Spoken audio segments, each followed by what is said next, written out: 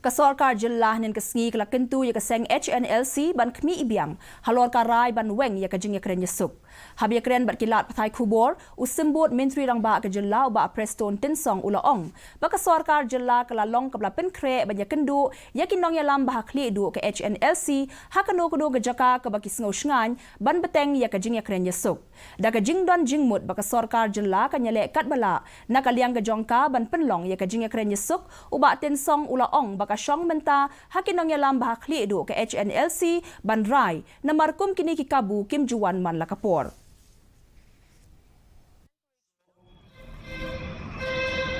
In every informal meeting also that has happened, where ultimately from the central government and the state government we have requested them that okay, in the second official talk, we would like that the top leadership